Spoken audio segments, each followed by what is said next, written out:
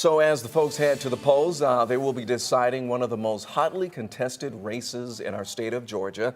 Our exclusive 11 Alive Survey USA poll shows 18% of voters are not sure who they're going to vote in as the Secretary of State. All candidates participated in a debate today, and our very own Hope Ford explains how an election from 2 years ago could decide the winner.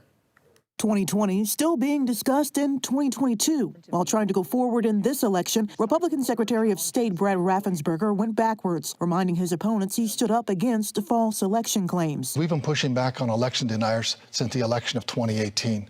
So 2020 was not our first rodeo. But Libertarian Ted Metz, also referencing the 2020 presidential race, questioned Raffensperger on election integrity, alluding to what he called obvious corruption. I'm probably the only candidate on the stage that would end these election shenanigans. A surveillance video from 2021 came into question, with Democrat State Rep B. Nguyen calling out Raffensperger's office over why no one's been charged for a breach in Coffee County's election offices by two operatives working with a Trump attorney. This is about public trust, and the Secretary of State's office mishandled that investigation. I believe that what happened in Coffee County will have a thorough investigation, and people that broke the law should be held accountable. Nguyen not letting up on Raffensperger, saying Georgia's election law, SB 202, born out of the 2020 controversy, makes it difficult for voters and election workers. The law in part allows any voter an unlimited number of challenges against other voters, which resulted in thousands of challenges. And many of these challenges have been rejected because they do not have probable cause.